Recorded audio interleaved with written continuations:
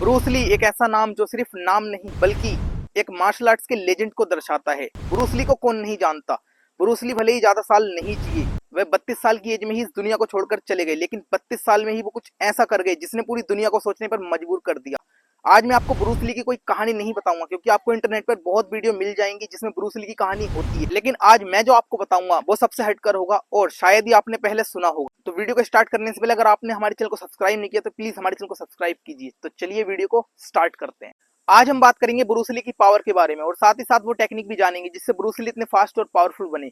Bruce Lee के अंदर इतनी ताकत थी कि वो अपने सामने वाले ओपोनेंट को सिर्फ 10 सेकंड में नॉकआउट करने का दम रखते थे। 2 उंगली से 100 पुशअप कर लेना और अपने सामने वाले ओपोनेंट को एक पंच में 20 फीट दूर कर देना, ये कोई नॉर्मल इंसान नहीं कर सकता। ब्रूस ली भी एक नॉर्मल इंसान थे, लेकिन वो अपने बैलेंस और कंट्रोल की वजह से दुनिया से अलग बन गए। तो चलिए अब बात करते हैं आखिर ब्रूस ली इतने फास्ट और पावरफुल कैसे बने।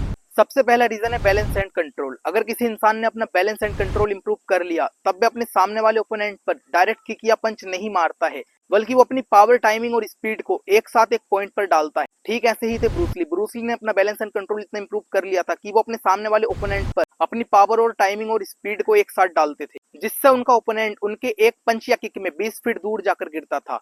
और अगर बात करें ब्रूस ली की स्पीड की तो उनके अंदर नॉर्मल इंसान से 100 गुना ज्यादा स्पीड थी। जब भी ब्रूस ली अपना पंच कैमरे में रिकॉर्ड करते थे तब उनका पंच लोगों को स्लो मोशन में देखना पड़ता था। ये तो थी ब्रूस ली की स्पीड, लेकिन मेन पॉइंट ये है कि क्या आप अपने अंदर इतनी पावर ला सकते हैं? इसका जवाब है हाँ, लेकिन ये सिर्फ रिफ्लेक्स ट्रेनिंग और डिसिप्लिन की वजह से ही लाया जा सकता है। और इसी वजह से ब्रूस ली सिर्फ ताकत से नहीं बल्कि टेक्निक से भी फाइट जीतते थे। ब्रूस ली कहते थे कि अगर कोई इंसान अपनी सांस पर कंट्रोल करना सीख ले तब उसके अंदर इतनी पावर आ सकती है कि जिसकी वो कल्पना भी नहीं कर सकता। इसलिए वो सिर्फ मार्शल आर्ट ट्रेनिंग ही नहीं बल्कि रिफ्लेक्स ट्रेनिंग, स्ट्रेचिंग और मेडिटेशन पर भी काम करते थे। वो अपने मूव्स को बार बार रिपीट करते थे ताकि उनकी बॉडी फाइट के दौरान ऑटोमेटिकली रिएक्ट करे, और यही चीज उन्हें नॉर्मल फाइटर से अलग बनाती थी। ब्रूस ली हैवी मसल बनाने पर ज्यादा फोकस नहीं करते थे, क्योंकि उनका मानना था कि रियल फाइट में स्पीड और टाइमिंग मैटर करती है, सिर्फ बॉडी साइज नहीं। ब्रूस ली की पावर का एक और बड़ा रीजन था मेडिटेशन। इसे कोई छोटी मोटी टेक्निक मत समझना, क्योंकि अगर आप मेडिटेशन करते हैं तब आपके फाइट जीतने के चांसेस ज्यादा होते हैं। लेकिन अब मेडिटेशन का फाइट से क्या लेना देना है? अगर आप मेडिटेशन करते हैं तब आप अपनी सांस पर अच्छे से कंट्रोल करना सीख लेते हैं, जिसकी वजह से आपका ब्रेन शार्प होता है और आपको नए मूव सीखने में प्रॉब्लम नहीं होती है। माइंड फ्रेश होने की वजह से आप अपने हर काम में अच्छे से फोकस कर पाते हैं। अब आप सोच रहे होंगे कि मेडिटेशन से सांस पर कंट्रोल आता है, लेकिन ये यूज कहाँ होता है?